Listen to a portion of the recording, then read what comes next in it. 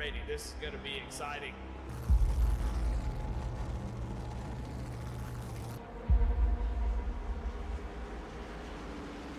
Here we got career starts up to go. Green flag is out and we're underway.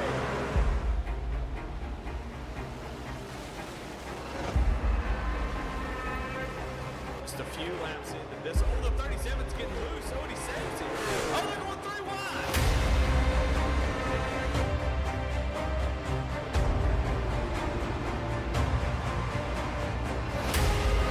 We've got a 5-way fight for the win of this race coming to 4 laps to go.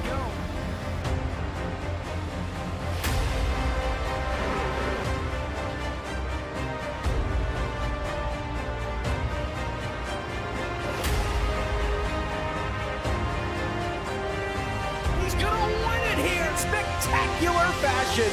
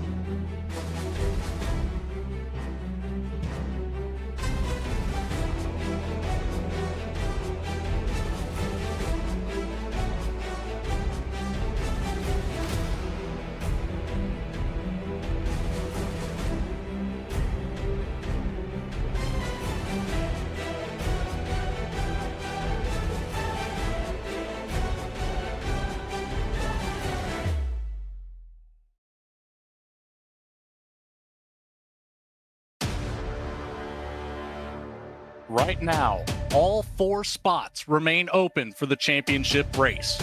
When the dust settles tonight, we will have 4 drivers ready for one more battle. Welcome back, Goat Locker Racing fans, to the Paperclip, otherwise known as Martinsville Speedway. It's the penultimate race for the SAVE22 Truck Series. Good afternoon, everybody, and welcome inside the V-Speed booth.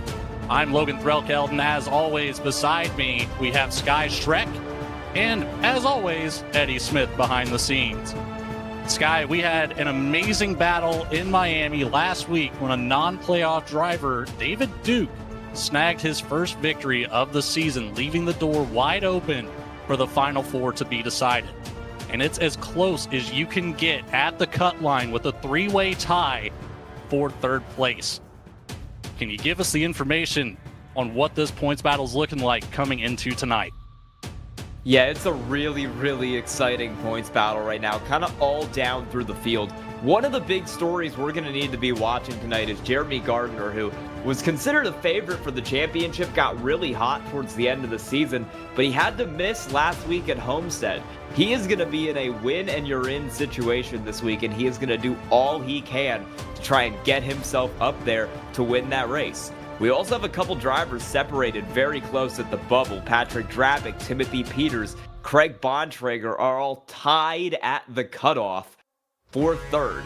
2 of those drivers are in, 1 of them will be out. The tiebreaker is most wins, so right now it would be Bontrager out, but he's going to have a chance to jump himself in tonight. Jake Ham, the only driver who looks to be good, he's 16 above the cut line. Everyone else going to have some work to do. Why don't you tell us about the track that we're racing at tonight, Logan? Martinsville. It is so controversial sometimes. It is short track racing if you ever looked at it in the dictionary. Bringing down the Google Earth here. There it is. Only 12 degrees of banking in the corners here. And it is a half-mile track, just 0.526 miles all the way around. And that iconic shape, it's so tight in the corners. You got the short straights. And that's where it gets that name, the Paperclip, having that pit road on the inside as well, forming the rest of that shape, located here in Ridgeway, Virginia, just southeast of Martinsville, Virginia. We've got a live look here at the end of the practice session coming into tonight's race. And it's been a close one here in the practice session. Most of the field is only separated by a couple tenths of a second, Sky. Yeah, and what I'm looking at is the fastest car we've had so far in practice is that 42 of Jeremy Gardner. He needs to win tonight, and if he's the fastest car in practice and he starts up front in qualifying, he's going to have a pretty good shot at doing that, especially since we're running a pretty short race tonight. Only going to be 100 laps at Martinsville. That's only, 50 miles? It's going to go by really quick, so you want to start up front and you want to stay up front through the whole thing because you might not have time to come back to the field. Green flag conditions. You know, we're so used to seeing good green flag runs here. It could make for a very, very short race. But I know that we've got some different kind of setup here for tonight. A little less fuel in the fuel cell. Yeah, it's going to make sure all these drivers have to pit with this 100-lap race. We're only doing half fuel. A fuel tank here in these cars usually can go about 150, so I think we're going to see about a 75-lap run, meaning one pit stop for these drivers. If we stay green, we won't.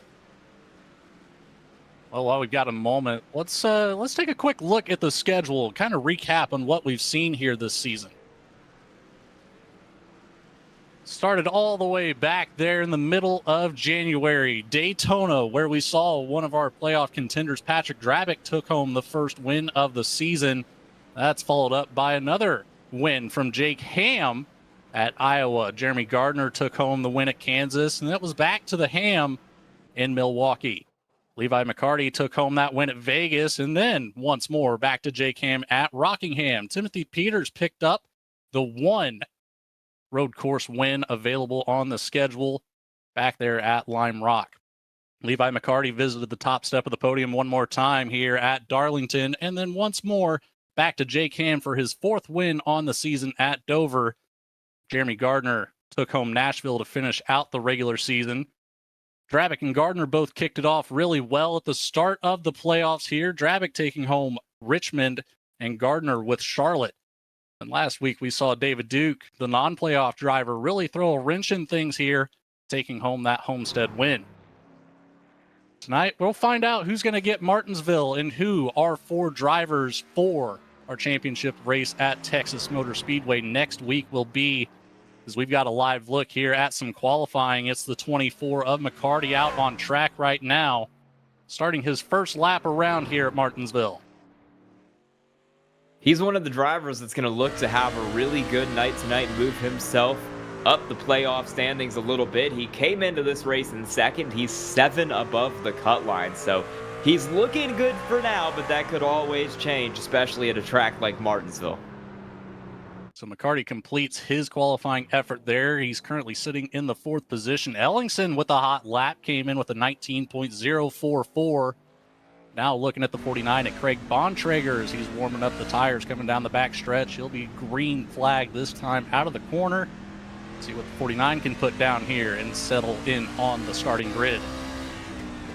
Craig Bontrager would be a pretty big upset if he did make the Final Four.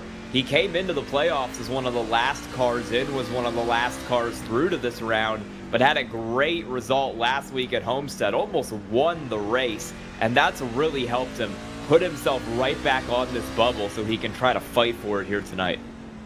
It's pretty incredible to look at the points situation. Our top 7, with Jeremy Gardner missing last week, obviously at a great disadvantage here in the points, but the top 7 above him are only separated by 27 points. This leaves Jake Ham in a position where he might not be entirely locked in, as we've got quite a full grid on the night. Craig Bontrager comes around. He's going to settle into 5th for the moment. Good effort from him here with a 19.2. This is the man everybody's going to want to beat tonight, Jeremy Gardner, because all you've got to do is beat him and he's out of the Final Four, and he is one of the biggest threats in this series to get that championship. You see him there. He's 30 points back from the cut line. He needs to win this race to make that Final Four. Jake Ham, Levi McCarty, all those guys up at the front are going to do anything they can to make sure that doesn't happen so that he doesn't get the chance at Texas. Gardner rockets into second place with his first hot lap of the night. Let's see if he improves this and takes over the pole from Ellingson. Out of turn number 4 he goes.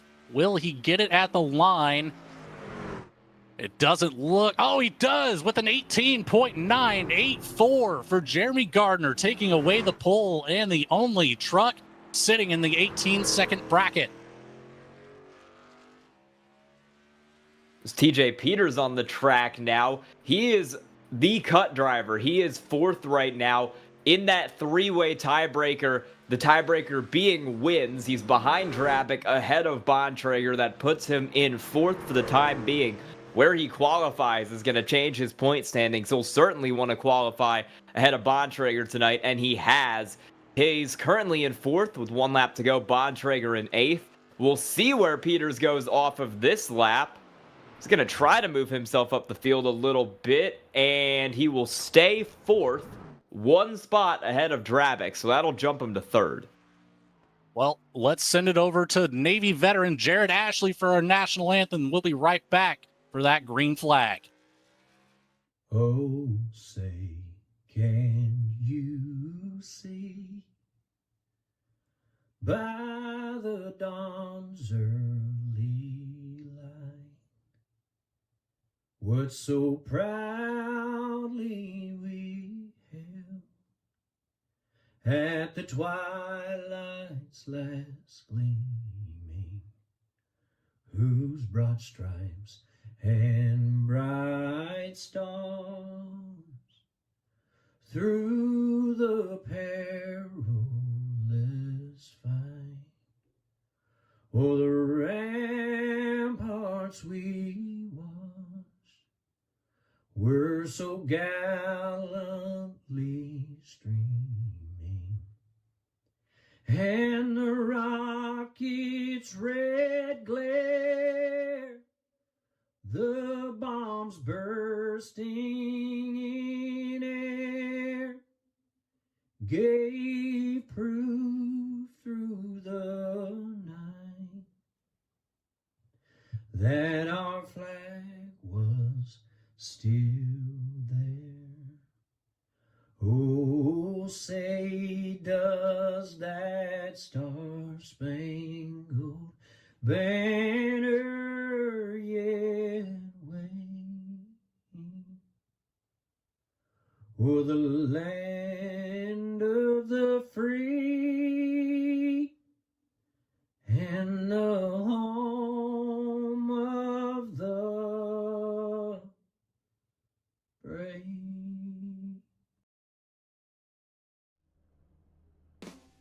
And a big thanks once again to Jared Ashley for that national anthem.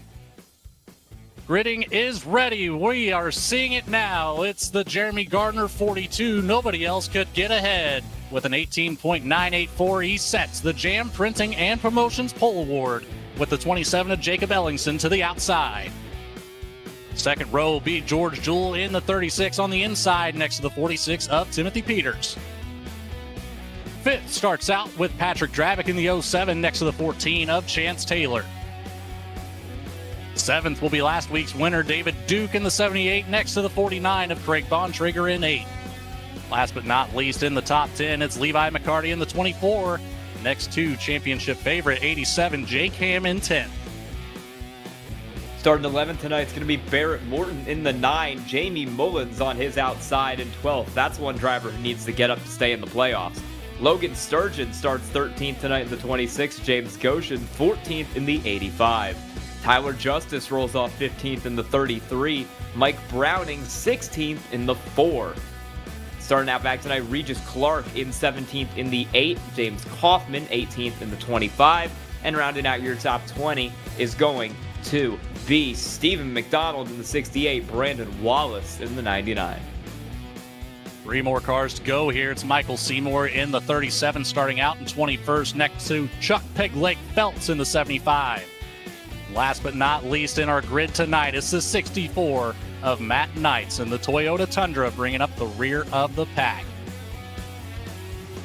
Race analysis now on the screen. There it is, 100 laps on the night. Only 35 mile an hour down pit road here, so it's going to be a big slow up as they enter there in turn 3.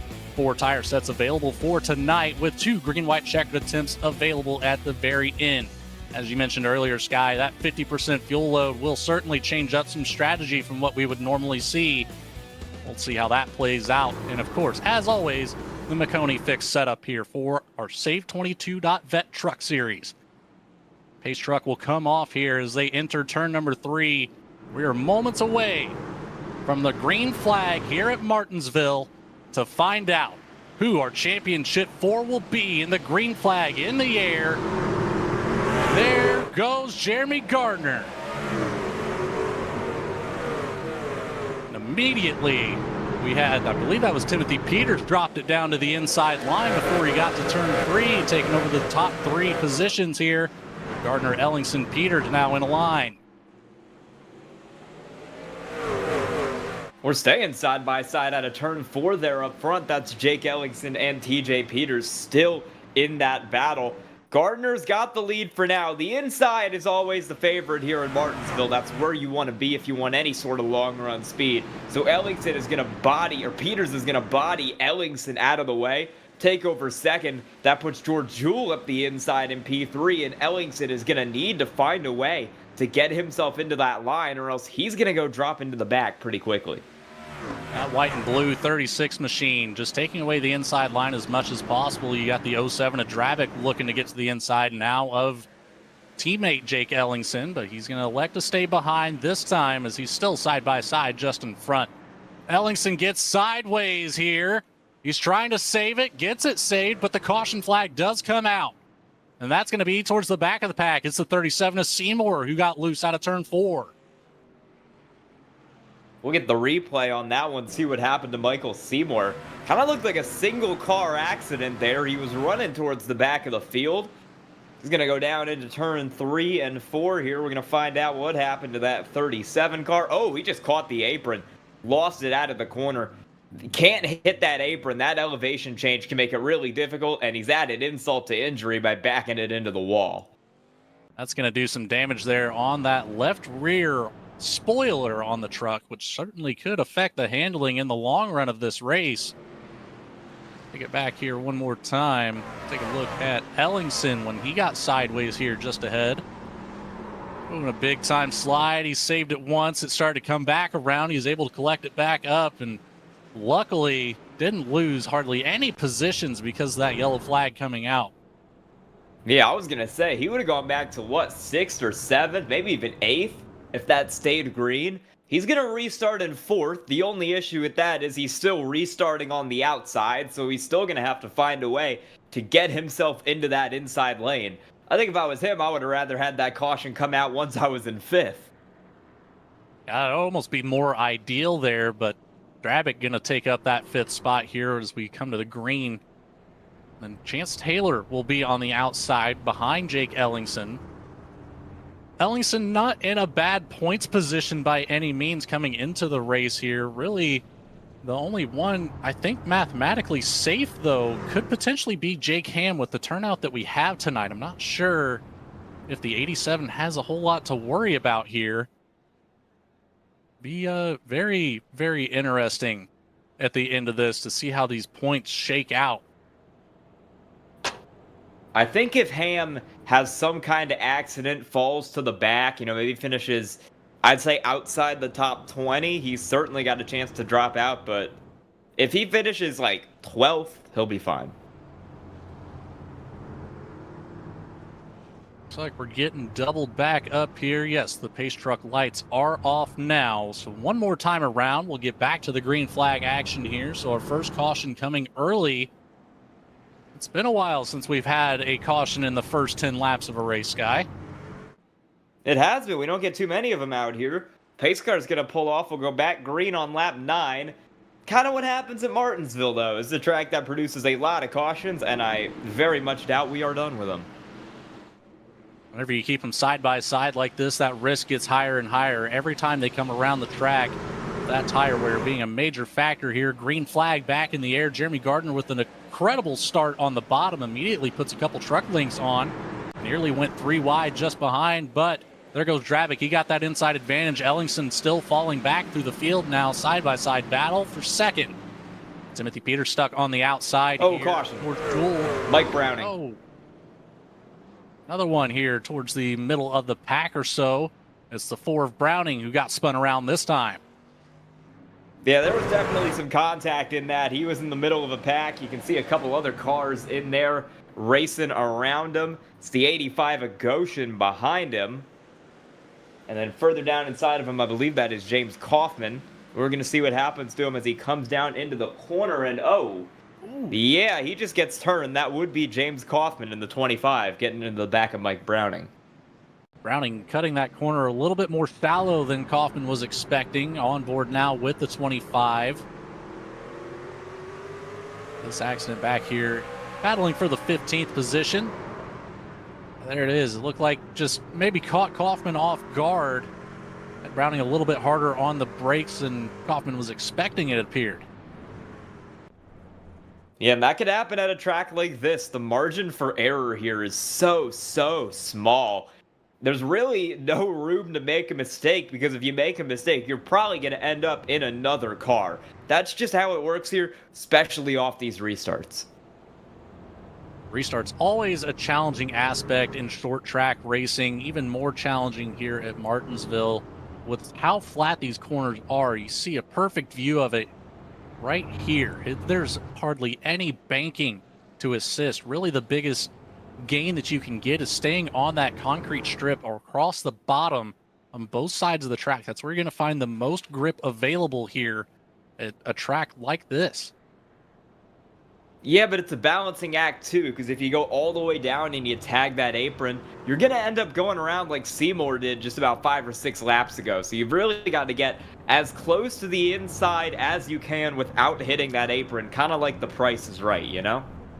You can see here on the drone camera, that apron, it does have that little bit of a raise here.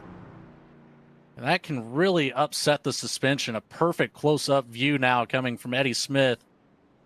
And it's only a matter of a couple inches, but whenever it upsets the suspension as much as it does, that's going to put the back end into the wall quicker than you can ever even think that it would.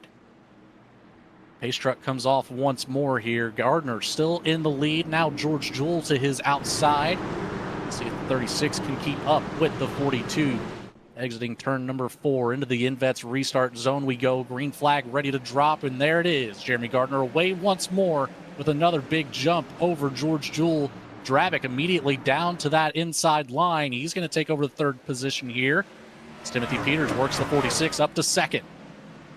Yeah, you could see how early Dravik backed out going into that corner to make sure he could get down to the inside. He did not want to be on the outside at all there. First car on that top is David Duke running back in 6th, and now he is going to get freight trained by these cars on the inside. He's got Ellingson coming up the inside of him now. Levi McCarty is going to fill the hole that Duke could have taken there on the bottom. That 78 is in trouble if he can't squeeze in between the 27 and the 24 here over the next coming laps. Ellingson now on the flip side of the situation he was in just a few laps ago. Oh, he's loose. But he gets loose on the bottom, and that's going to allow that 78 to get back ahead. Ellingson back under fire here. Contact with the 24. They both keep it straight, but Ellingson's struggling right now. Certainly been a busy first 17 laps for him. Almost spun it a couple times now. Had some big moments, and that's dropping him down the point standings. He is in 7th at the minute. It's 8 points back of that cut line, which is currently TJ Peters running 2nd. Jeremy Gardner doing everything he needs to do. He'll win, or he'll advance if he wins. If Peters is able to get around him, though, Gardner is going to go all the way back to last on that graphic. We saw McCarty get extremely loose there. It's only not even 20 laps into the race, and tire wear becoming a factor so soon. It has a lot to do with that weight missing from the rear end as well with that 50% fuel load. It certainly changes how these trucks handle on these short tracks. Now on board with TJ Peters here from a look from 2nd place. See what he has, what it takes to get around the 42 of Gardner here. He's certainly trying. TJ Peters is definitely a car that feels like he tends to be better on the short run. That's when he is the fastest. On the long run, though, I feel like that 46 car has struggled over the course of the season. Right now, Martinsville is kind of a short run track, and we're on run 1 right now. Oh, caution, James Goshen is into the wall hard on the front stretch. 85 now, bringing out our third caution of the night. James Goshen started out here in 14, was likely still in the middle of this pack here. So we're going to take it back to the V-Speed instant replay now. Black Sheep 85. Burnouts for Bennett on the side. Down through the corner. Just a little too much on the throttle there, and he's going to smoke that inside wall. Does heavy damage to the front end. Luckily, aero's not that big of a factor here, but how's the handling now? Yeah, he is going to need to get that fixed for sure, because that is going to really hurt his car here if he can't get it fixed quickly. While we've got a moment here under this caution, I want to thank one of our partners at Goat Locker Racing, that being Lincoln Tech. Lincoln's mission is to provide superior education and training to their students for in-demand careers in a supportive, accessible learning environment, transforming students' lives and adding value to their communities. They are one of the largest automotive technology schools in the nation with 23 campuses. They're also the title sponsor of the Spring Series, and they've always been a very large partner at Goat Locker Racing. So we thank them for all they do, and their driver, Jake Ellingson, is in 7th right now, trying to lock himself into the Final Four. Ellingson has Duke just ahead. And don't forget, Sky, Goat Locker Racing wants you. You can text Goat Locker to 79848 or scan that QR code on your screen. It helps Goat Locker receive the grants that they need to keep everything rolling here behind the scenes. Again, that's 79848 Goat Locker, or that QR code right there on your screen. We'll get that up another time or two here before we get out of here for the night. Lap 24, we should be one more around here. Pace car light should come off this time by. We'll see him double back up here as Timothy Peters now has worked his way up to that second position. He'll start to the outside of Jeremy Gardner. And don't forget, Sky, there's a lot more on the line than just a championship for Gardner. He's got to defend last season's title. And he can't do that if he doesn't win tonight, so he needs to stay in first for the rest of this race if he wants to even have a chance at it. Do want to give a little update here. James Goshen, Mike Browning both gone 1 and 2 laps down respectively with the crash damage. They're going to need some cautions here to get back on the lead lap. Also got an EOL on the last penalty, or on the last one was James Kaufman, but he's driven it back up to 14th. Down into turn 3, coming around for turn 4. Gardner on the inside, Peters on the outside. Drabick and Jewell make up row 2. Green flag once again, and another big jump from Gardner. He's using that zone to his advantage to catch everybody else off guard. Drabick immediately gets the inside of Peters. It's a drag race down the backstretch. He's got that inside line that everybody wants to have here. Peters hung out to dry on the outside. Drabick's going to get around. Oh, big wreck. Yet. There's about 4 or 5 cars around there in turn 3. Logan Sturgeon among them, Mike Browning, another one, Regis Clark, Tyler Justice. About half the back of the field there got caught up. Chuck Feltz, I saw him spinning around there as well, trying to get back going on the track. Let's take it back to the V-Speed instant replay and take a look back here. Kind of starts with a little bit of contact between the 26 and the 8 of Regis Clark. Like Kaufman got lucky getting around that one. Bontrager barely sneaks through. The 37 gets through as well. Then we got Wallace. Can't quite tell the black and yellow.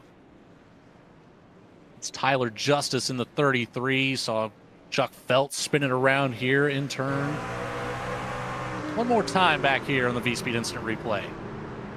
Yeah, Regis Clark just kind of tried to send it up the inside where there was not really room to send it up the inside, and then he just kind of kept going for it. Seymour got a break that time, got wrapped up in the first caution of the night. This time he barely made a little bit of contact there in the back bumper of Greg Bontrager. ultimately didn't do much damage. I apologize, not Bontrager. I believe that was the 66 of Mullins. Look at that stack up. Just nowhere for anybody to go. Wallace, the first one to get out of it. 64 Matt Knights waited patiently, made sure he didn't get backed into. There it is, the 8 of Regis Clark now on pit road, getting some of that damage repaired. Started out in 17th. Quiet night so far for Clark. Try to get back out on track, try to save the rest of this race here. They are coming down through turns 3 and 4. It's got a very short window to stay on the lead lap here at Martinsville. You do, and it's gone bad to worse for Mike Browning, who would have gotten the lucky dog there, but he was right behind that accident and just couldn't get the car slowed down before he hit Sturgeon. He's not going to get the lucky dog because he was involved in that accident. He'll have to stay 2 laps down. There's plenty of time available here to see these lap cars get back on the lead lap. If luck falls in their way, wouldn't be anything for Browning to catch back up to the rest of the field. Pace truck is off once more. Back into the InVets restart zone we go with Jeremy Gardner in the lead. Drabick to the outside now this time, and green flag waving. Peters with a good jump on the inside. He'll get door to door with Drabick before turn 1. There's that inside line, how dominant that can be. You got Seymour trying to work his way back out on the track, staying out of the way of everybody, though. Smart move from 37. Drabick falls back into 3rd, allowing Peters to try to challenge for the lead now. Looked like what happened there was Drabick tried to kind of sandbag on the restart, and then TJ Peters didn't get a good jump, so he ended up being forced to go side by side through 1 and 2. Luckily, Drabick was able to find his way down to the inside. Tight battle back here. Bontrager into the side of Jake Ellingson. He is backwards in turn 4. There it is. Caution number 4, I believe. And it's the 27 nosing into the wall after contact. Take it back on the V-Speed instant replay. Get a breakdown of this one for Jake Ellingson. He is almost making contact here on Traeger into the back bumper of the 24. Doesn't. Now he's stuck on the inside here. Tries to keep it down. Just slight contact. There's not even that much. You couldn't hardly see the 49 make any sort of correction in the wheel. Almost makes you wonder if netcode might have been at play here. The blimp cam will certainly tell us. And maybe a little bit at play. It certainly didn't seem like there's enough contact to kick that rear end out as hard as it did. Yeah, looks like maybe a little bit there, about half and half with netcode and some contact between those two cars. Those are 2 playoff drivers, which is going to really shake things up here coming to the end of this race. We're already a third of the way through, and Jake Ellingson is going to have to fight his way back to the front if he wants to have a chance at the Final Four. You see him there. He's now 14 points outside the cut line, and that's going to drop even further as he comes into the pits. Ellingson will bring it down pit road, as well as, I believe, Matt Knights ahead of him. Try to get some damage repaired here. Well, we've got a moment, Sky. Why don't we say thanks to another sponsor here? We'll go with SAVE22. SAVE22 is a 501c3 organization dedicated to preventing suicide among veterans, active duty personnel, and first responders.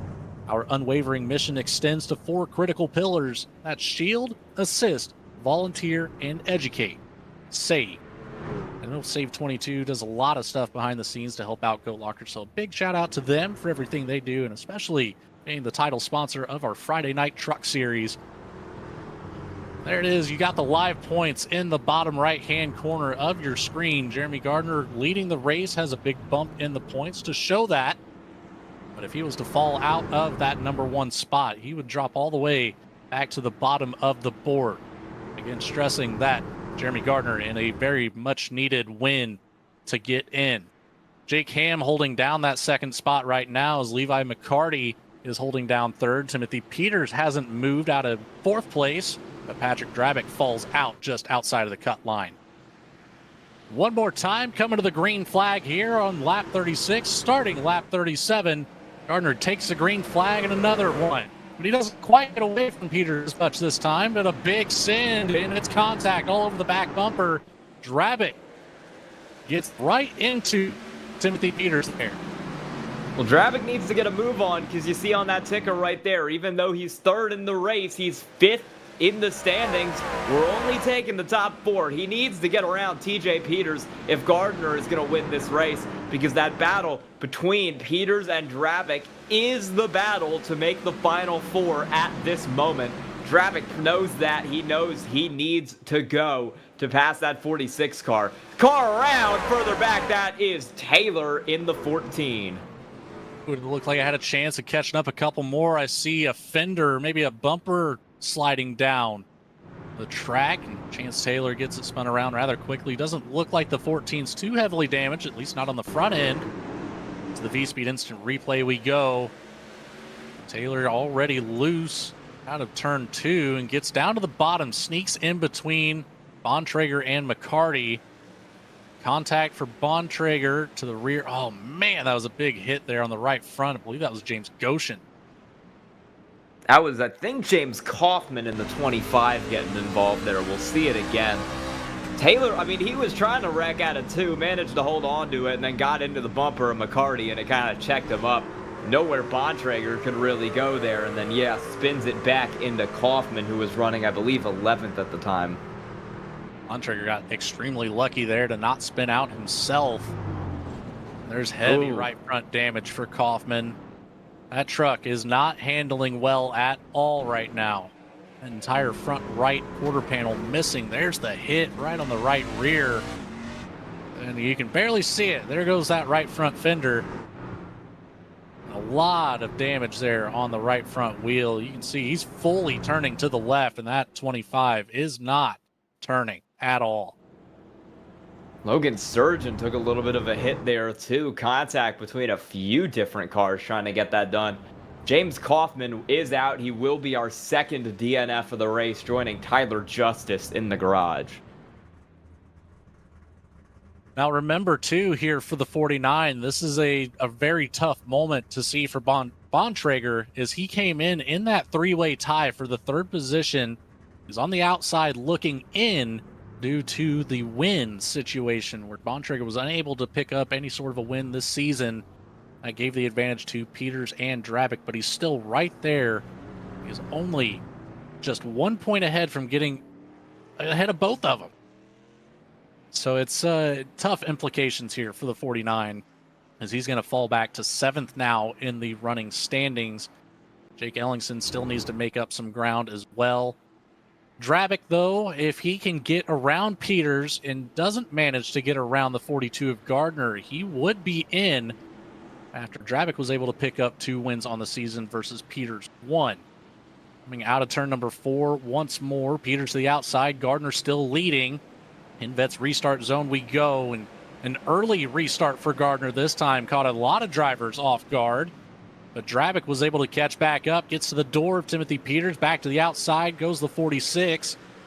He stays right there on the right rear. He's going to back it down here into turn number 3 and take over the 3rd spot. Dravik up to 2nd now.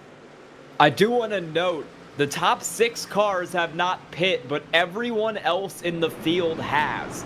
So just looking at this right now, I think we get a caution or 2 more. Everyone except for the top 6 will be good on fuel.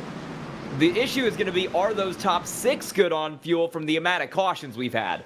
Jamie Mullins, who is probably going to need to win a win to get in the playoffs at this point, is that first car who has pit and who has taken tires and gas. Caution is out further back. It looks like Seymour and Ellingson back there. Tough night for Jacob Ellingson as he gets wrapped up in another one. The 27 falls back to 18th after starting on the outside on the outside lane of row 1. Back here on the V-Speed instant replay.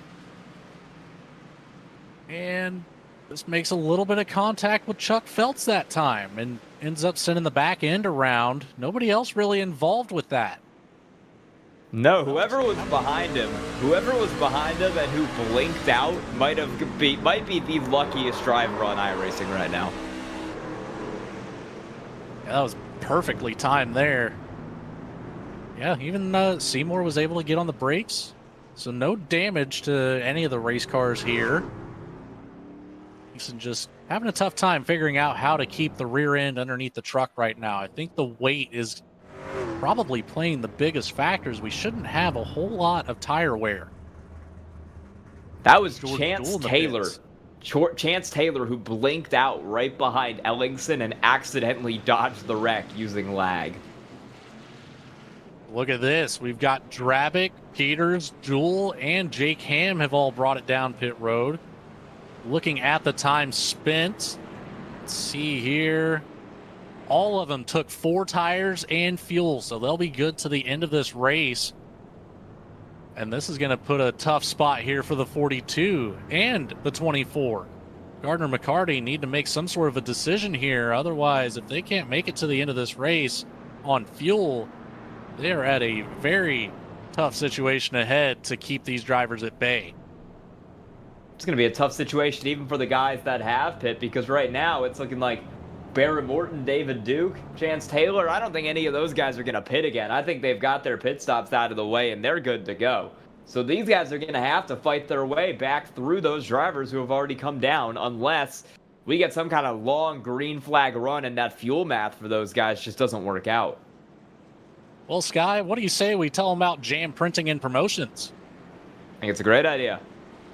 Since forming in 2013, Jam has contributed printing and promotional sponsorships to more than 60 local nonprofits with a primary focus on organizations that assist veterans, women, and children. They've been with Goat Locker Racing since the very beginning, local and veteran certified. When they do well, they do good in the community. That 07 has repped Jam Printing and Promotions all season long. But it's back up to the front as now Gardner has a new challenger to his outside. It's the 24 McCarty, and away we go. McCarty not quite ready for it. The first time he's been up here for a restart next to Gardner. And way up high in turns 1 and 2. This is going to get Barrett Morton a chance to get to the inside. David Duke out a little loose. 3 wide here, contact behind. Nothing doing of it though. Duke keeps it straight. Chance Taylor also able to stay in line here. Regis Clark gains a couple positions. There's a big checkup further back, almost out of caution around the Logan Sturgeon area of that field, about 15th or so. We're going to keep it green all throughout. Regis Clark recovering from that accident pretty well. Played the pit strategy right, got it up to 5th. Barrett Morton in 4th, 1 spot ahead of him. And then last week's winner, David Duke, looking to make it 2 in a row now, sitting back in 6th. Side by side, a little further back, that's Bontrager and Wallace in the 99. Brandon Wallace has had an unreal race. He has come into the pits 9 separate times in an attempt to fix damage, and he is still running 8th. A good night for the 99 here as he's battling for that 8th position with Craig Bontrager. Bontrager to the outside, certainly looking to get to the inside as soon as possible. The 99 not leaving that door open for very long. On board the InVets in-car camera just behind this battle, it's the 07 of Patrick Drabick we're on board with. Perfect view of it as Drabick's going to get loose here.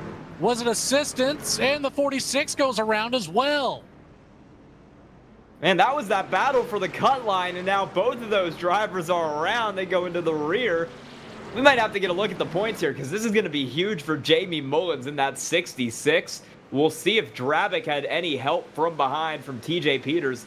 Bontrager, another playoff car, only 1 spot ahead of this, and let's see. Yep, Peters into the back of the 07. There it is, and the triple tap to finish it off, and Peters gets the same treatment there from George Jewell in the 36. Just that stack up was enough to get that front bumper up underneath Timothy Peters. Yeah, let's take a look at this live standings here as Drabick and Peters both fall all the way back to the 6th and 7th position. That's going to move Craig Bontrager up 2 positions into the top 3 here. We got pit stops going on right now for Gardner, so he's going to drop all the way from 1st to last. Again, he needs to win this race if he wants to make it into the next round, but having been the absolute last car down pit road, it's going to be interesting. A lot of these cars who came down already have come down again. Jamie Mullins, Logan Sturgeon in the pits, so maybe the fuel math not working as much for those guys. And then EOL penalty for Timothy Peters, so he is going to drop to the back. This is going to completely mess up everything up front. Craig Bontrager is now second in the points. Well, that's a good thing there for the 49, up 3 positions. He came in just below the cut line. Now he's finding himself up in second, ready to take on Texas Motor Speedway next week. McCarty has lost a position here in the standings, but remains in the top 4. And Drabick does find himself back up into the top 4, although being involved in that caution. A little bit of a pit cycle there changed things up for the 07. Man, what a day for Craig Bontrager. This could be the turnaround of a century for the 49. It would be massive for him, considering, like we said, he was one of the last cars in the playoffs, one of the last cars in this round. If he makes it to the Final 4, that would be such an amazing end-of-the-season run for Craig Bontrager. And with the run that he had last week at Homestead, anything's possible for him at Texas. Indeed it is. Double back up here. Pace truck comes off. Barrett Morton will be in control this time. Regis Clark to the outside. Chance Taylor, David Duke make up row 2. Bontrager and Wallace in row 3. The Invets restart zone we go, and under control the 9. He's away with a big jump there, even bigger than what we saw from Jeremy Gardner. Clark way up high on the track. That's going to open up the door here. Duke gets around. Bontrager gets around. Jewell gets around. It's a shuffle back behind. The 87 of Ham almost cuts the nose off of Patrick Drabick. 27 of Ellingson trying to work his way back up through the field just ahead of Ham. To the inside of Regis Clark he goes. Oh, there goes Taylor high up on the track. Can't hold it down, and he does. Contact coming from Regis Clark. And David Duke threw him out of the way, and that's going to send him way back down the order. Bontrager running in third is now third because McCarty, who came into this race in a pretty good position, has gotten it back up to 9th. Drabick and Ellingson still tied on the cut line. Drabick gets the tiebreaker on the amount of wins he's had this season, so he would get in. Ellingson is in 5th. He's going to need to get around George Jewell here if he wants to keep the run going. Jamie Mullen's going to need to pull himself back to the field. Jeremy Gardner going to need to win. This looks like the potential for a good green flag run here as we're singled out mostly through the field. We got one side-by-side battle there with Brandon Wallace. But up towards the front, the top 6. It looks like a snake making its way around Martinsville Speedway here. There's nearly no separation between any of them. Barrett Morton leading the way, and a big wiggle from David Duke. That's going to get some separation. Bontrager challenges for the inside, doesn't quite get there. That's going to open up the door for George Jewell to look to the outside. Oh, man, nearly contact for Jewell with the wall. Jake Ellingson now to the inside of the 36. This will be a good advantage for him. Can he get the pass completed? And he does. He's got the nose ahead. And one more time for Jewell on the outside as Jake Ham now looks to take advantage of the situation. Still single filing out. Well, not anymore, because that is going to be George Jewell trying to get to the inside of the 87 at Jake Ham. Can't make it work. Chance Taylor's still running a little higher up, and there's contact with Drabick. For that 30 or 14 car, that he's going to lose it in one big time into the fence. No caution. Chance Taylor's race likely over. Chance Taylor falling back through the field like a rock. 37 of Seymour gets around. Here comes Mike Browning for a look to the inside, but back up to the front. It's a challenge up here with George Jewell to the inside finally of Jake Ham. He's going to get around with ease that time. That put Jake Ellingson up into the top 4 currently, unless Patrick Drabick gains another position. And sideways for Jewell. There he goes around, but there. Wow, what a delayed caution that one was. Right at the start-finish line, the 36 got loose out of turn 4. Kept it off the inside wall. But ultimately brings out another caution here on lap 68. Man, a lot of cars just getting loose out of these corners, especially even towards the front of the field. There's nowhere that you're safe, aside from maybe in the lead. Yeah, he just got loose out of the corner. Maybe a little help from Drabic. Luckily, though, slows it up before pounding that inside wall. Only 20 laps on those tires for George Jewell. That seems to be about the number where we're seeing the rear end slide out a lot easier. Again, I have to touch on it. The 50% fuel load, it changes the rear end weight so much. You don't spend some time practicing with it, it can be very hard to handle, as it's proven here tonight. Absolutely, and we're running out of laps here. 30 to go in this race. Barrett Morton looking in a pretty good position. If he's got enough fuel, he could be our second straight non-playoff driver to kind of crash his way into a win here and upset everybody. David Duke as well looking to go 2 straight, and Jake Ham looking to lock himself into the next round. It would certainly be an upset for the 42, but where he is right now, he's back up to 6th. Fell all the way to the back of the pack, but he's been able to work his way back through the field, challenging the outside here of Patrick Drabic on this restart. We'll see if Gardner has what he needs to get it done and lock himself into the championship race next week and defend that Season 8 title. He was the fastest in practice. He set the pole. Can he take home the win? The trifecta on the weekend.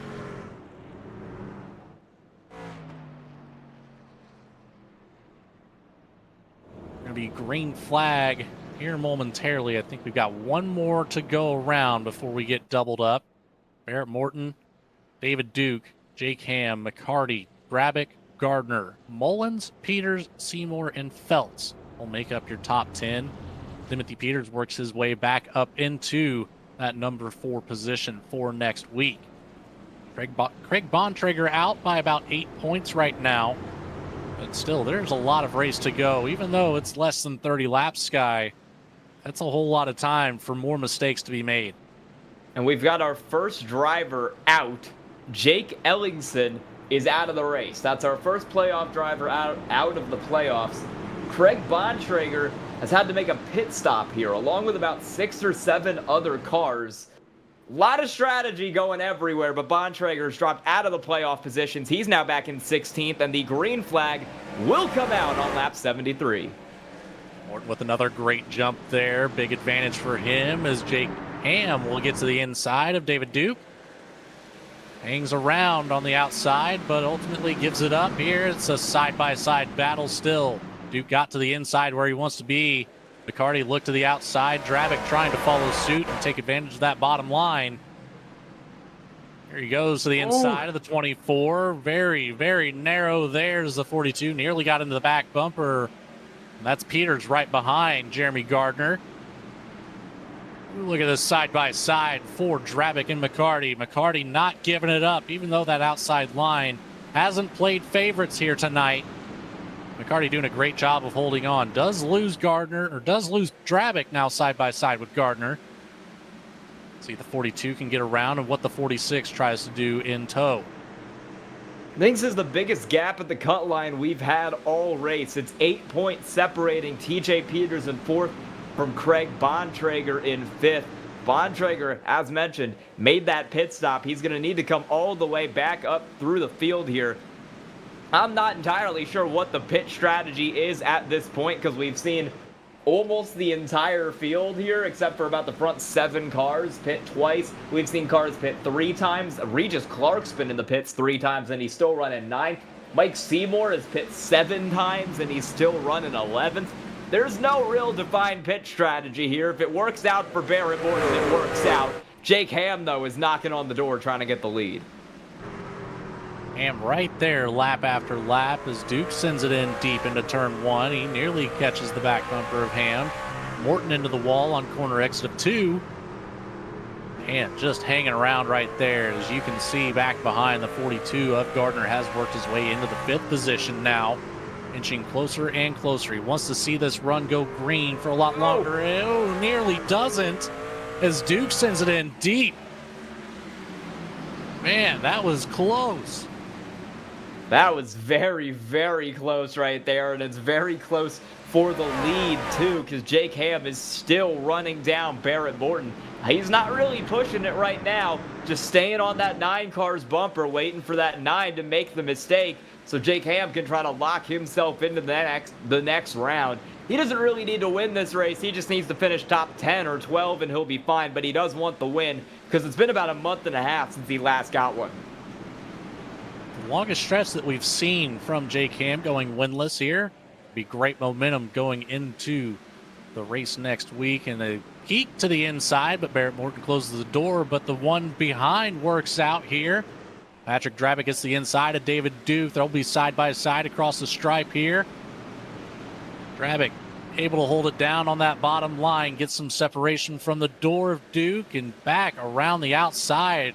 78 able to keep up with that momentum sideways, slightly. But Duke's going to lose the groove. He's going to fall back to the 6th position now with Peters trying to get around on the inside. One more following. That's the 8 of Regis Clark.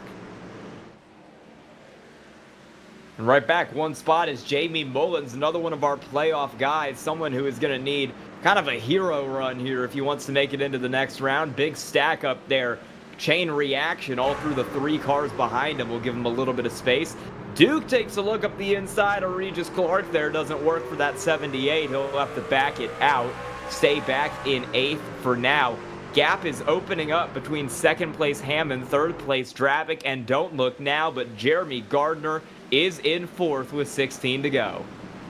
I don't know if it's enough time for Gardner to catch back up with this long green flag run that we've had. The tire wear is starting to keep the 42 at bay.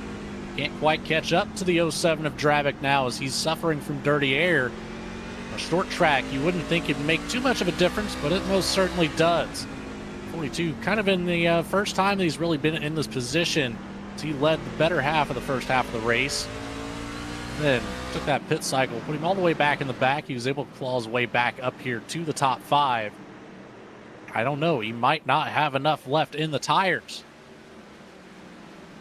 We might not know if Barrett Morton has enough left in the tank because every other car that was on his strategy, with the exception of David Duke, has pit.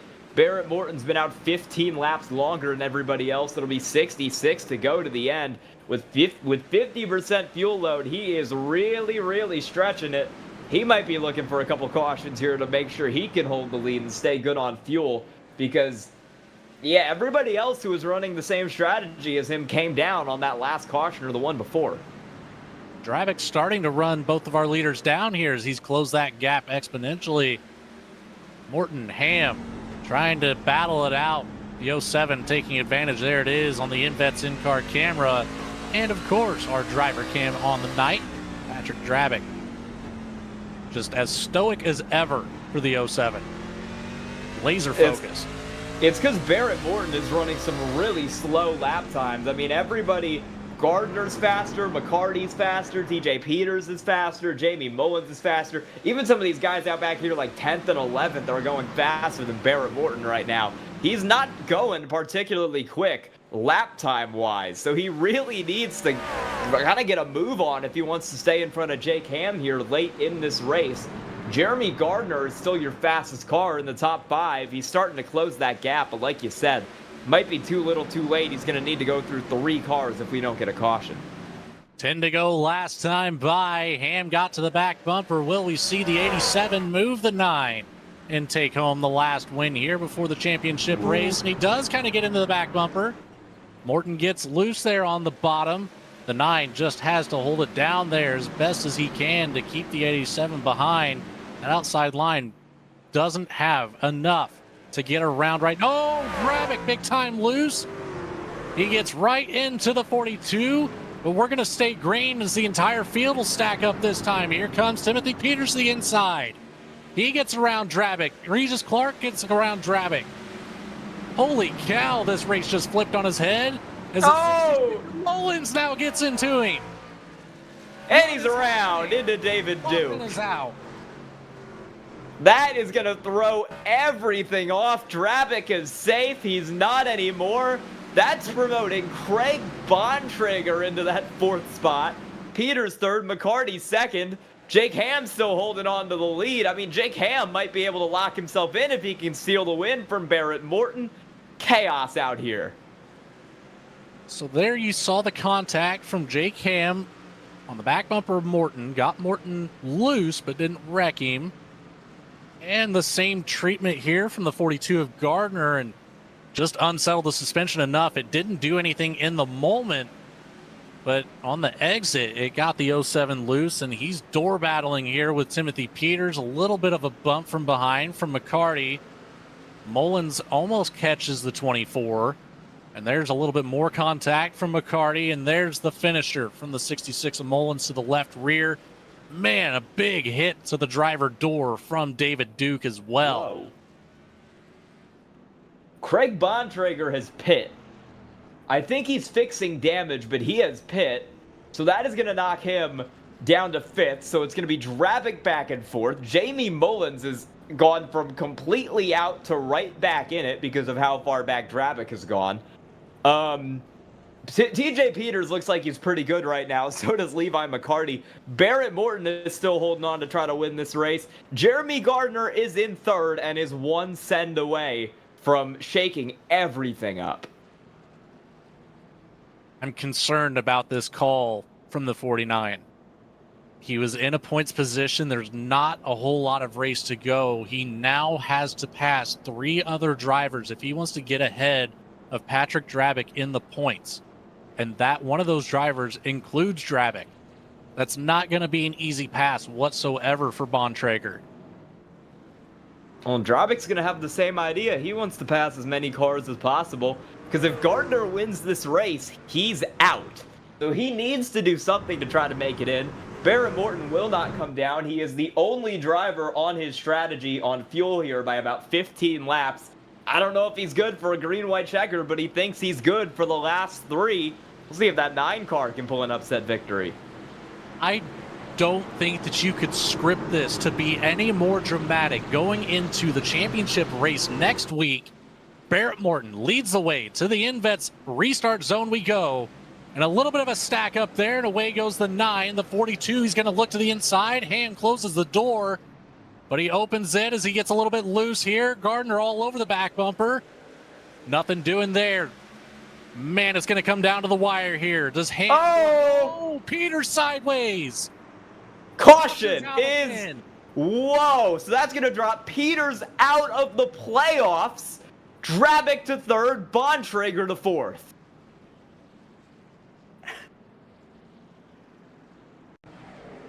I got nothing. Oh my goodness.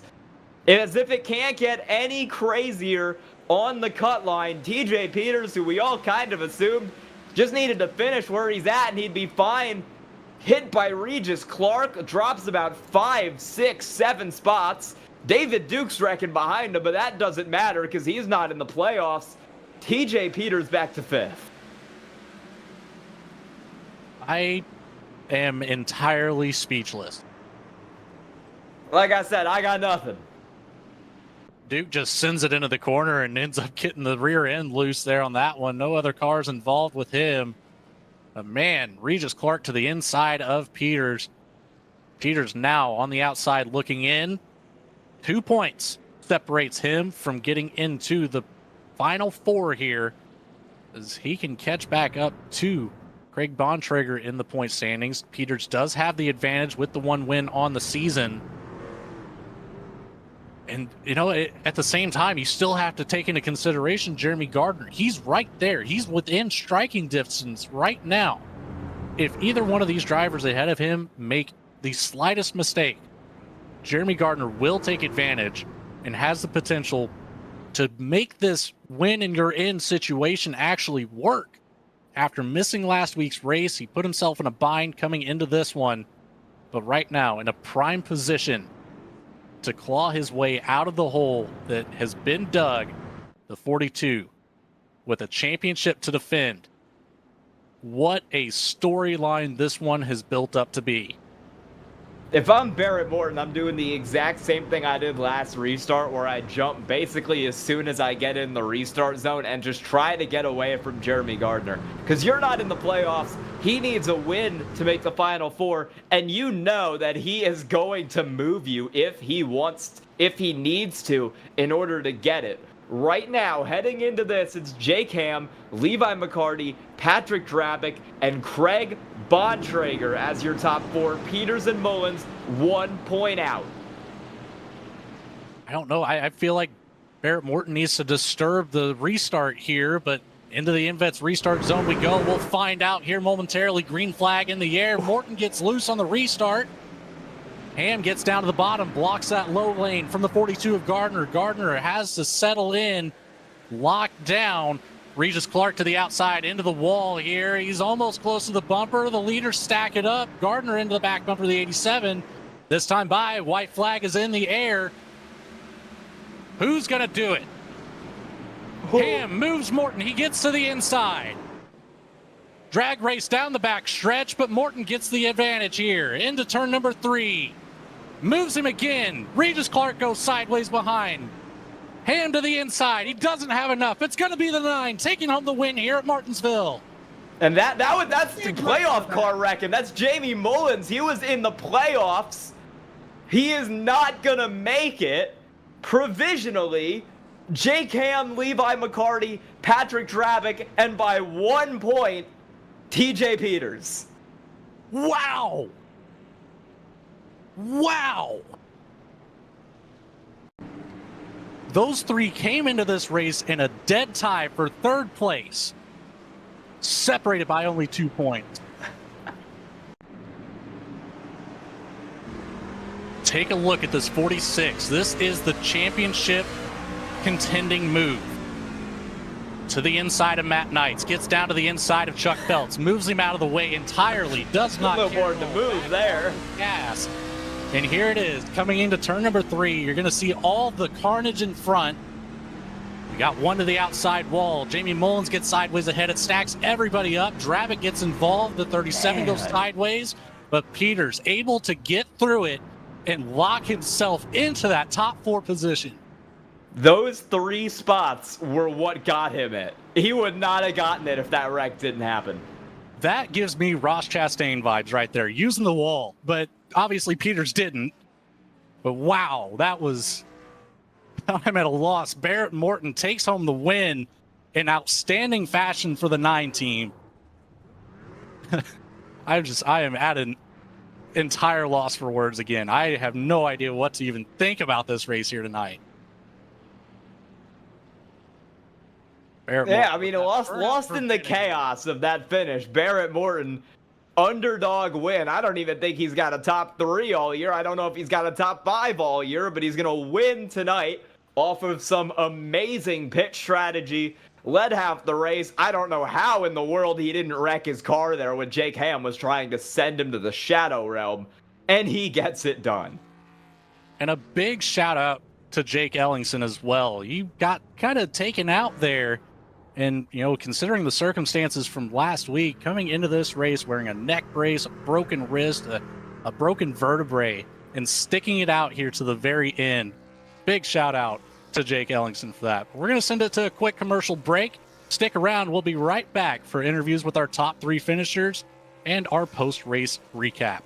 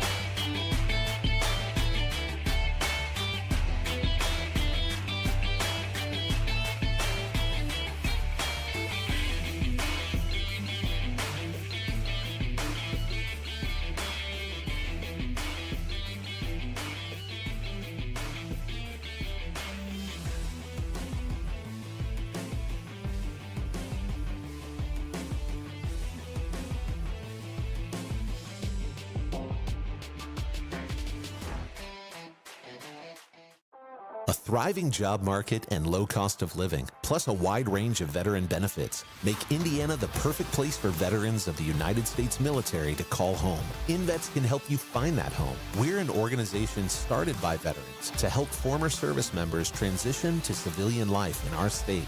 InVets can help you find the community with the career opportunities, housing, schools, and amenities that fit your lifestyle. To learn more about InVets, visit us at invets.org today.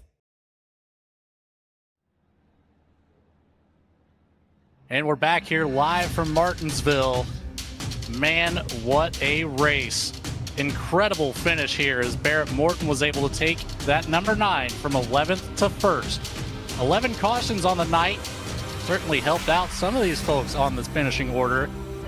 Only the one lead change. We saw that 42 of Gardner lead everything up until he finally brought it down pit road. Barrett Morton took over from there and finishes out the rest of the race. The 87 of Jake Ham, he's going to lock himself into the playoffs here with the second place finish. And then as Jeremy Gardner nearly got back up to that number 1 spot after that pit, sent him all the way to the back. 42 taking home the last spot on the podium. Levi McCarty in the 24 started out in 9th, brings it up to 4th here. George Jewell will start out in 3rd and fall back to 5th in the 36. Brandon Wallace has a fantastic night here, starting out in 21st, makes his way up to the 6th position here in the 99, followed up by the 37 of Michael Seymour, doing the same exact thing. Mike Browning in the 4 will take up the 8th position. Patrick Drabick in the 07 will take up 9th. Timothy Peters, who we saw that on board there for the closing lap, takes up the 10th spot. And finishing 1 spot out of the playoffs tonight is going to be Craig Bontrager in 11th. Matt Knights in the 64 in 12th. Logan Sturgeon, the 26 in 13th. David Duke tried to do the Morton strat. Didn't work quite as well for him. He finishes 14th tonight. Jamie Mullins spun at the end, finishes 15th. And Regis Clark, same boat, 16th. Jake Ellingson tried to tough it out, but he brings it home 1 lap down in 17th with Chuck Felt in 18th. James Goshen in 19th, Chance Taylor out of the race in 20th.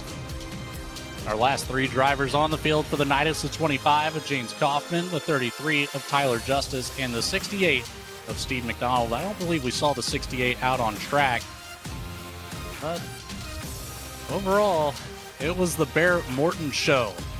We've got Barrett Morton standing by here. Started in 11th, got it up to 1st, led 50 laps doing it too. Barrett Morton, you got a copy? Yeah, man, I'm here. Holy crap, this might be one my top iRacing victories for sure against some of these, the best in the business and the Premier League for Goat Locker. It's pretty incredible. I can't believe I did it. Well, it's a big win for you, although not in the points playoff position here, but a staple to take home one of the playoff wins. Non-playoff drivers really shaking things up this season. You had a great run here. Like I said, you started out in 11th. You moved up and down the field right there in the mid-pack there. And then the pit cycle started to come through. And tell me about that, Barrett. Was that your biggest advantage here tonight, or did you feel like you had the pace to work your way through the field and get up here? I honestly don't know the pace I had because I don't think we had a long enough green flag run to really figure that out. It was more or less just protecting the position. But yeah, with all the cautions coming out, I just pitted, with like 70 to go or something. And, when I knew I was going to have enough fuel to make it, and just kind of let the cards fall as they did. So it worked out. And at the end, I was on old tires and had to make sure I wasn't sliding and focused on my exit. I don't think Jake was too happy about me backing my corners up, but I mean, it is what it is. So I thought, personally, he ran me clean for the most part. So. Well, it was a good battle between you two there. We saw him trying to get you moved up out of the groove and up the racetrack on those final laps, but you were able to hold it down, even though you had a 13-lap disadvantage over Jake Ham on the tires. The last time we saw you down pit road was around lap 30. You finished it out from there. Now, one thing I mentioned a couple times during this race was that fuel cell being limited to just 50% here. How did that make that truck drive out there tonight? It was tight, and that's why I just had to make sure I backed my entry up and focus on the exit and try to drive off that right rear the best. and also had the ability to downshift. McConey setup shop definitely brought a amazing truck setup this weekend, so it actually helped a lot. Well, you kind of already started the shout out, so we'll just keep it rolling. Barrett Morton, congratulations on the win here at Martinsville. Is there anybody you'd like to say thanks to for putting the number 9 in winner's circle? Of course, SAVE22, the Lincoln Tech, and then everybody that runs this league. They do a real good job with setting everything up, and what they do for veterans is absolutely incredible, and I'm glad to be a part of it. Glad to get this truck in victory lane. RD Designs made this beautiful paint scheme with Riley's Roses. My daughter has cystic fibrosis, so I'm out here racing for a cure and trying to raise money for that. And that's probably my most proud moment is putting this truck in victory lane. And then Bandits Motorsports. Man, I was out there all by myself, didn't have anybody in my chat. I was just with my own thoughts, which is scary. So all the guys at Bandits, too many to really name. Looks like Brandon Wallace had a good run tonight as well. Dravik, man, just all these awesome drivers in this league that the fact that I can, was able to run with them tonight was pretty incredible. And it was an incredible run indeed. Once again, congratulations, Barrett Morton, taking home Martinsville. We'll see you next week in the championship race at Texas. All right, thanks, Logan. I'll move us right along, who Sky Shrek is standing by with our second place finisher, Jake Ham. Hey, Jake, you had a copy? Yes, sir. Tell me about those last 2 laps there, because you were using all of Barrett Morton trying to get around him. Yeah, it's just I just wanted to keep it clean as much as I possibly could. I didn't want to jeopardize going into the last race in the playoffs or potentially getting a penalty or something like that. But we just had different lines going in. He backed it up a lot in the center. And so there really wasn't much I could do. I mean, there at the end, he was backing up quite a bit, and I was getting into the back of him. It really wasn't meant to be on purpose. I wasn't trying to move him out of the way, but I had much more, I feel like, roll around the corner and just more speed kept in there a little bit. And I wasn't going to back off. I had Gardner right behind me. He got into me a couple times, and all I could think about was, I just don't want Gardner to win. So at the end of the day, it's a good outcome. All right, well, you are in the Final Four next week. You're going to be you're the first place car coming out of this round, going into it. You got some momentum. How do you think that's going to take you into Texas? I'm really excited about it. I feel like this whole season's, kind of went a lot better than the year, prior. And just all in all, we have, our teammates there, to keep my cool during the race. And I feel like it's going to be a good turnout. And let's just hope that I finish in the top or ahead of everybody, that's up there. So we'll see what happens. All right. Anyone you want to thank or shout out tonight? Yes, sir. Well, Jam Printing Promotions, SAVE22, obviously broadcaster for the series, you guys, and Alexander PCs. And then Mike Browning for the awesome paint schemes that he does. Burnouts for Bennett. He's still fighting the fight. Appreciate you guys throwing up the banner there, so that way people can donate to the cause for him. And then just everybody that comes out and watches the races, on a weekly basis. So fun having the support. It is sim racing, but it is a great opportunity for us to come out and act like we are real race car drivers. And thanks to all the family and friends for supporting and watching. All right. Well, congrats on P2 tonight, Jake Ham. And I think we're going to throw it back to Logan, who has caught up with our third place finisher tonight, Jeremy Gardner. We've got Jeremy Gardner up here with an upset on the night. 54 laps led. You started out on the pole, finishing out in third. And after missing last week, you were in a must-win situation. You almost got it done, Jeremy. Run me through some of your race here. We saw you fall back to the tail end whenever you took that one and only pit stop for the 42, and you worked your way back up here.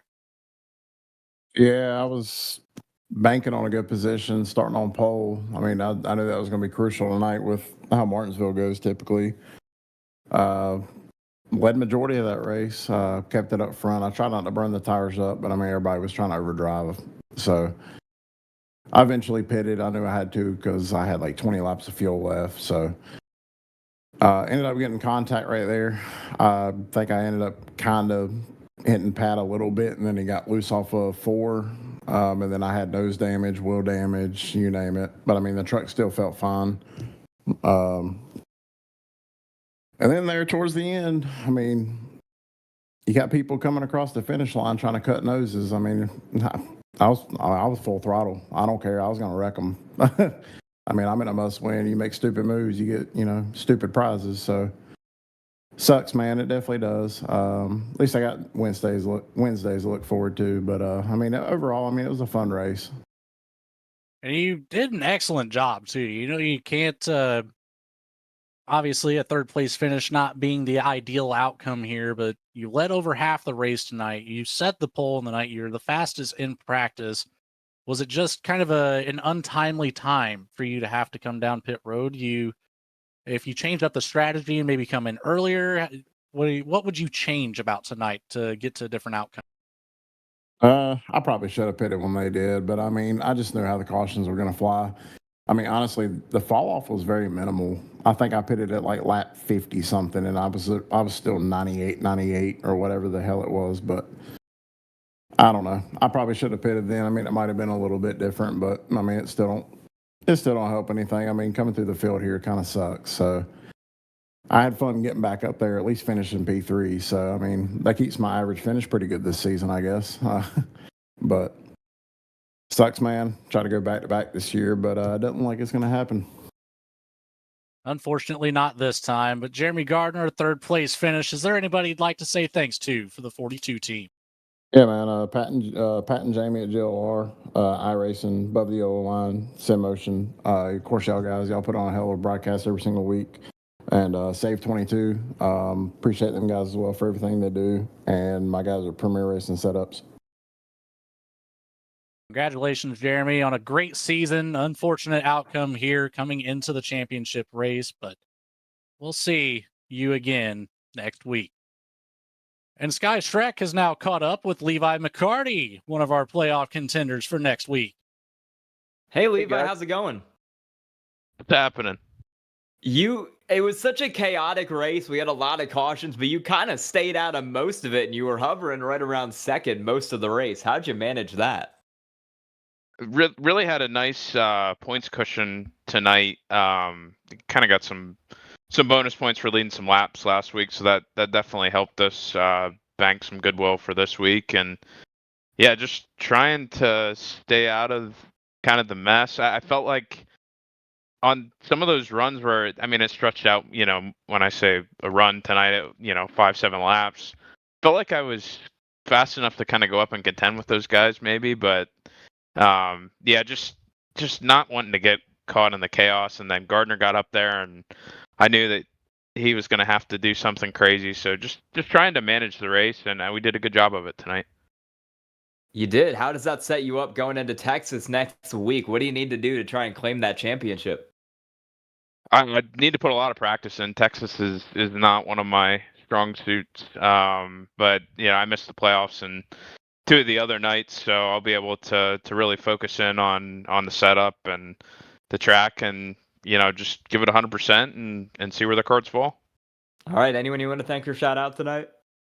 Yeah, just thankful for the league. Just a fun place to come in and run, and yeah, I'll try to keep it short tonight. Thanks for the broadcast and everything. I appreciate everything you guys do. All right, congrats on making the championship for Levi McCarty. Thanks, guys. And next up, we are going to be talking with our driver who finished 9th, but he did make the championship. It's going to be Patrick Drabick. How you doing? I'm decent. That was a little chaotic, but that was just enough to make it through. Yeah, Logan's hiding from you this week, so you got me up here.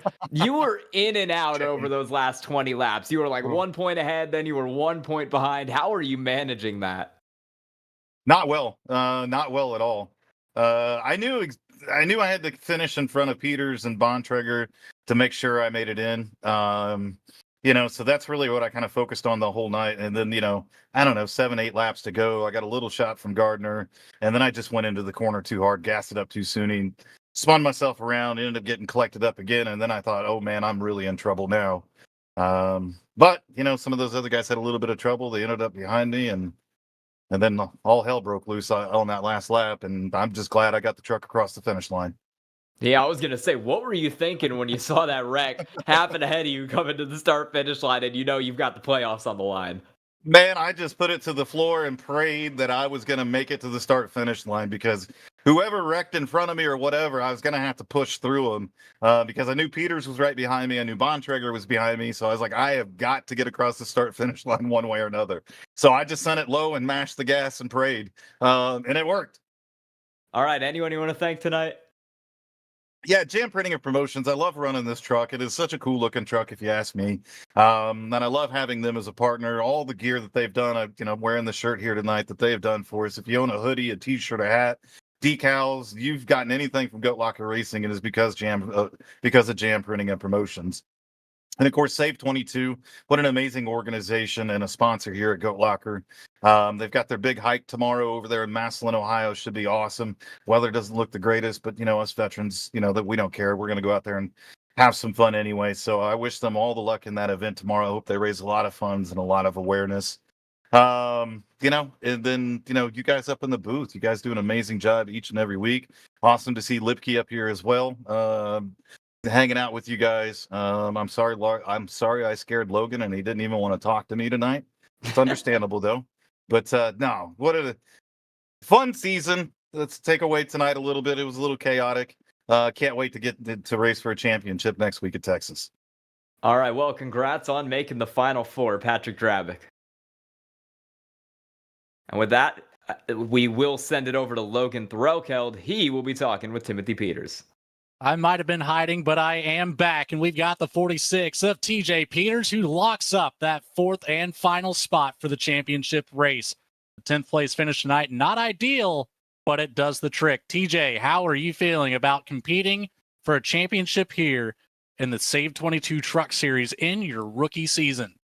What's going on, guys? It's definitely a surreal feeling. We went in here. It was completely my fault when I had come down with the fuel and tires. I was expecting Gardner to come down for fuel because of the fuel window, and just got behind super bad on strategy. And we just kept, getting cautions, making our way through the field, and it just kept getting closer and closer. And then all H let loose, and it was just on from there. Everybody was going for it, so I couldn't hold back, man. And we're going to the championship 4. Well, run me through the emotions there on that final lap, coming down into turn number 3 and then seeing all the carnage through turn 4. Just give me a brief description of the emotions that you were feeling in the cab of that truck. Man, I was all over the place. Like, I started on the outside, right? I let off the throttle so I can get the inside. I know Bontrager was behind me and he was going to, dive it hard. So I sent it in there. I did message Peg Leg because I did get into him, was completely unintentional. And I was like, we're just going to keep going for it. I seen Bontrager behind me took somebody out too as well. And I'm like, man, it's full bore now. We got into 3 and then I seen Regis go up and then the carnage ensue. And I was just trying to find the biggest hole to get any kind of positions that I could to make it to next week. Well, you did exactly that, and I'm not sure Chuck Feltz has landed. I'm pretty sure you sent him to the moon on that one. But overall, you've made it to the championship 4, TJ. Is there anybody you'd like to thank for this season as a whole for this 46 team? Yes, Premier Racing Setups, Jeremy Gardner, I watch all of his footage. He's a super consistent person. My mom, my dad, my brother, all of my family, they watch week in, week out. Ackerman Seal Coating, Joe Gibbs Racing, GMS Fabrication, all the people that I worked for and like to support and put on the truck, and you guys up at V-Speed for doing every broadcast week in, week out. And man, let's go get us a championship. Well, we'll see if you can do it next week at Texas Motor Speedway. Congratulations, TJ. Well, you're in the Final Four, buddy. Thank you, guys. Appreciate it. Well, that'll be it for tonight, and what a hectic race we had here at Martinsville Speedway. Just quickly want to mention one thing here as well. We talked about some of the struggles that Jake Ellingson was facing here tonight with the recent incident that he had. Well, his grandfather unfortunately passed away this morning. Charles Ellingson was a World War II survivor and served as an engineer in the Army in Japan from 1942 to 1955. So a big Goat Locker shout out to Charles Ellingson. You know, it not quite one of our own, but it feels like it, you know, Sky. So it's one of those heart-wrenching things that you get. But overall, for everybody here at Goat Locker Racing, Patrick Dravick, Jamie Barkus, all the other admins behind the scenes that do everything day to day, for everybody behind the scenes at V-Speed, Adam Baker, Bradley Cooper, our other phenomenal commentators and producers. Of course, my colleague tonight, Sky Shrek, and Eddie Smith, working the productions. My name is Logan Threlkel. Thanks for tuning in tonight, and we will see you next week at Texas Motor Speedway to decide our Goat Locker Racing SAVE22 Truck Series champion. Good night, everybody.